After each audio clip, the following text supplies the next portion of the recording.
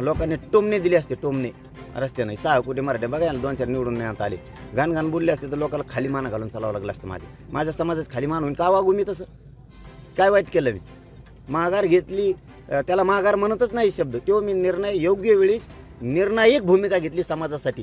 तुम्हाला सांगतो मराठ्यात दुफळी झाली असते दादा, मला दुफळी होऊ द्यायची नाही. आधीच आमच्यावर लई कोपलेत, लई जण असे खार खाऊनच येत, तासूनच येत आमच्यावर. हो, मग त्याच्यात परत हे करायचं, 3-3, 4-4 मराठ्याचे जो भरायले असते, बदाबद पडले असते सगळे, त्यांचे बी आणि आमचे बी. त्यांचे बी म्हणतो तुम्हाला मी.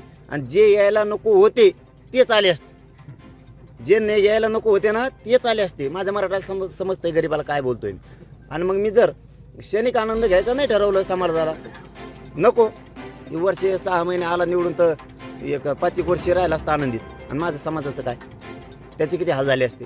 मी समाजाचा भविष्याचा विचार करून निर्णय नाही घ्यायचा, लढायचा असं ठरवलं आहे. त्याला अनेक अडचणी पण होत्या, दुसऱ्या पण, ते जाऊ दे, ती विषय संपलेला आहे आता माझ्यासाठी, तो विषय संपलेला आहे. पण गोरगरिबांचा लढा कायम टिकला पाहिजे. ह्या राजकारणासाठी आरक्षण जायला नाही पाहिजे, ही माझी भूमिका. एकदम शेवटचं तू पाडायचं कोणाला ते विचारतात. बघ, मी आंबेडकर साहेबाला कधीच कोणत्याच माघारी बोललेलो नाही आणि बोलणार नाही.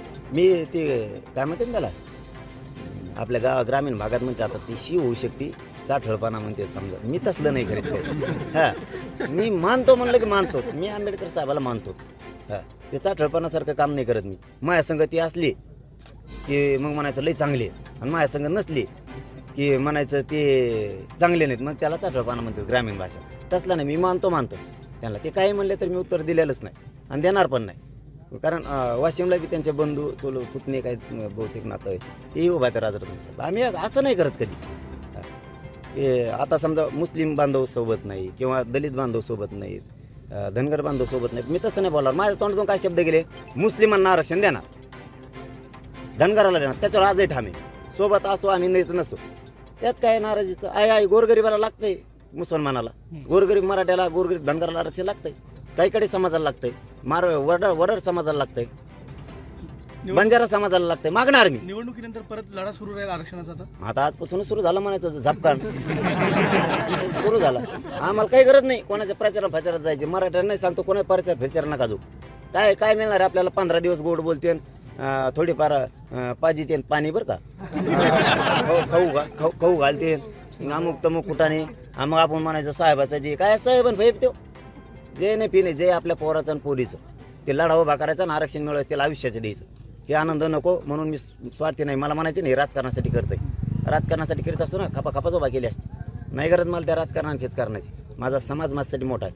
मी एक शब्द दिलेला दादा, शेवटचं सांगतो, मी या समाजाला मायबाप मानलेलं आहे. माझं कुटुंब वाऱ्यावर सोडून मग मी त्यांचा मुलगा आहे. योग्य पाऊल मी समाजासाठी उचलतोय. तेव्हा अडचणीत येऊ नये, संकटात सापडू नये, आधी त्याच्यावर लय संकट घोंगवतंय, त्याच्यासाठी मी प्रयत्न करतोय. म्हणून निवडणूक नको, काही नको, कोणाच्या प्रचाराला जाऊ नका, सभेला नाही. टायमाला बघू, आला मग अनिरो तर बघायचं, नाही आला तरी तुमच्या हिताचं जो निवडून येईल तिकडेच मतदान करायचं.